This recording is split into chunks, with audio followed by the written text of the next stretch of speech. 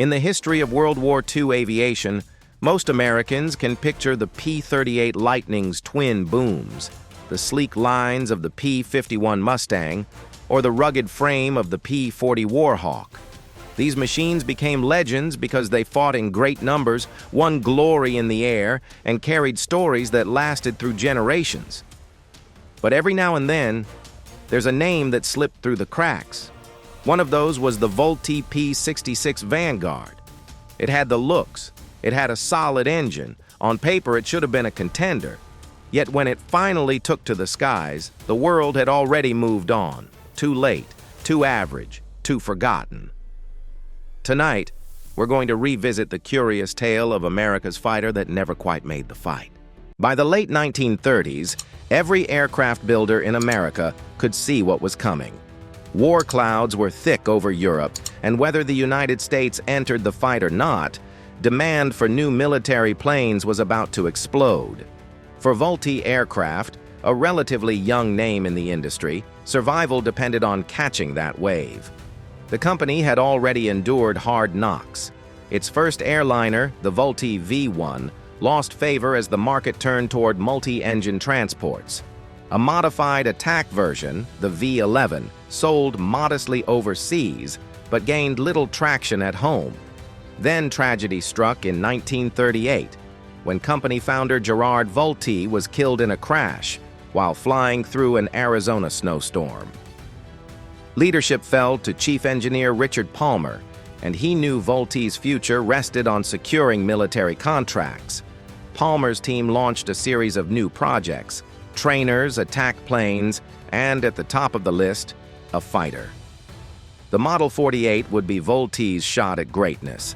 Its design looked modern and aggressive. An all-metal airframe, semi-monocoque fuselage, retractable landing gear, and a fully enclosed cockpit. Armament ranged from 4 to 6 machine guns, depending on the buyer's preference.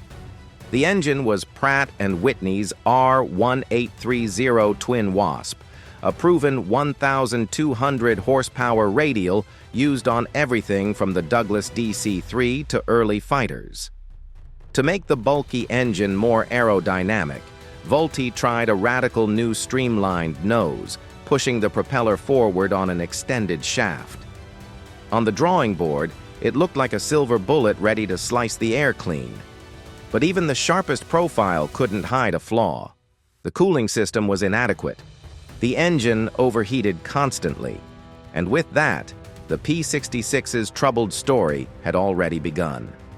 The first prototype of Vultee's fighter took to the skies in September 1939. At first glance, it was a beauty.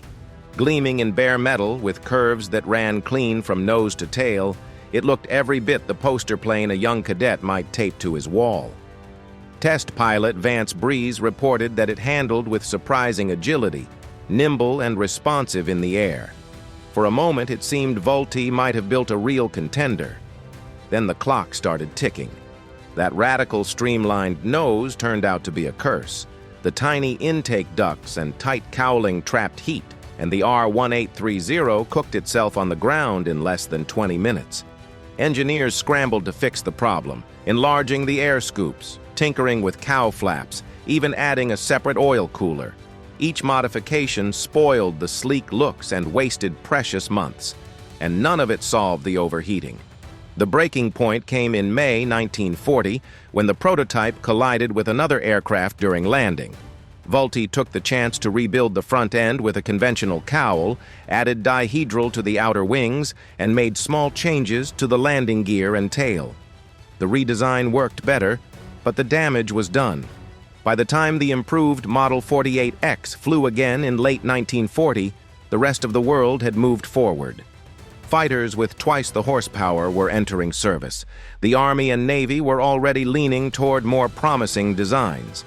The Vanguard, once daring, was now behind the curve, a reminder that in wartime aviation, timing is everything. Just as Vultee's hopes were fading at home, a lifeline appeared from overseas. In 1940, Sweden placed an order for 144 of the new fighters.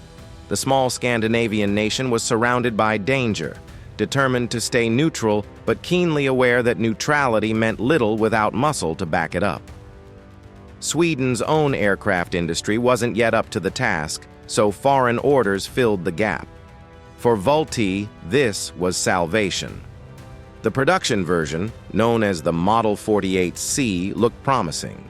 It retained the R-1830 twin Wasp, driving a 3-bladed Hamilton Standard propeller, and carried 6 machine guns, 4.30 calibers in the wings and 2.50 caliber in the nose. In testing, the fighter reached more than 340 miles per hour at 15,000 feet and showed crisp, responsive handling, though pilots noted sluggish rudder control at low speeds. It wasn't perfect, but it was marketable. Then politics pulled the rug out. In December 1940, the U.S. government imposed an embargo on military exports to Europe. The logic was simple. America needed to arm itself first. For Vultee, it was disastrous. The Swedish order sat half-finished on the factory floor, its delivery blocked. When Japan struck Pearl Harbor in December 1941, every Vanguard under construction was seized by the U.S. Army Air Corps. By April 1942, all 144 had been delivered to American hands, now wearing the designation P-66.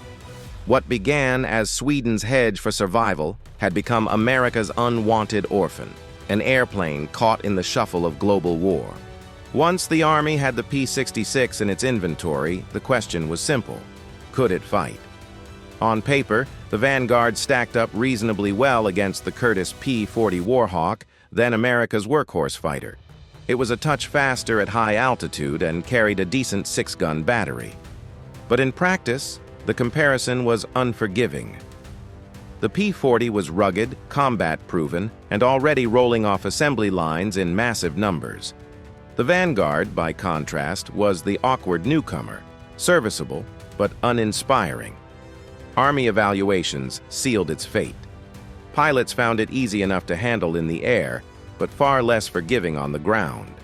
The long, narrow landing gear made it prone to ground loops, and within months more than a dozen aircraft were lost in landing accidents. Worse still, the airframe showed troubling quirks at high speed. In steep dives or sharp aerobatic maneuvers, the structure began to shake violently. Inspections revealed fatigue and small structural failures, red flags for any combat aircraft expected to push limits. The Army drew the line.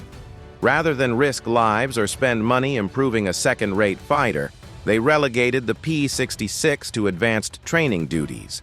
Around 50 aircraft were used to seasoned pilots transitioning from basic trainers to frontline fighters. In that role, the Vanguard's light controls and nimble feel were actually appreciated. But the weaknesses lingered. Training accidents mounted, maintenance headaches grew, and before long, even the trainer role was deemed too risky.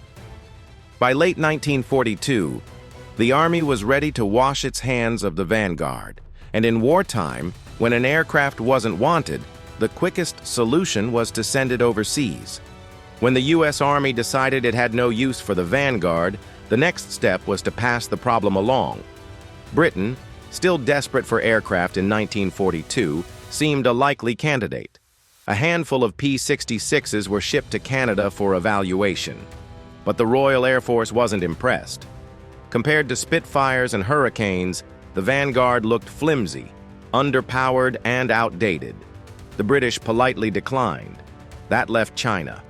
Under Lend-Lease, Washington offered more than 100 Vanguards to support Chiang Kai-shek's Air Force and the American Volunteer Group. On paper, it sounded like a boost to China's thin defenses. In reality, it was a logistical nightmare. The P-66s were loaded onto ships and sent across the Pacific and Indian Oceans to the port of Karachi in what is now Pakistan. By the time they arrived, many were damaged. Bent propellers, broken canopies, crushed landing gear struts. Poor stowage and rough seas had left them in miserable shape. Ground crews did their best to reassemble the fighters, sometimes cannibalizing 2 or 3 wrecks to make one flyable airplane. Out of more than 100, Barely 30 were judged airworthy. Even then, getting them into China was perilous. Ferry flights had to be made at night to avoid Japanese patrols. Most of the pilots had little or no experience with the Vanguard. The result was predictable: crashes, mid-air collisions, and more losses before they ever reached Chinese soil. Fewer than 15 P-66s made it to Kunming in working condition. Those that did serve flew with the 74th Fighter Squadron of the 23rd Fighter Group, alongside Chinese pursuit units. But the Vanguard never shone.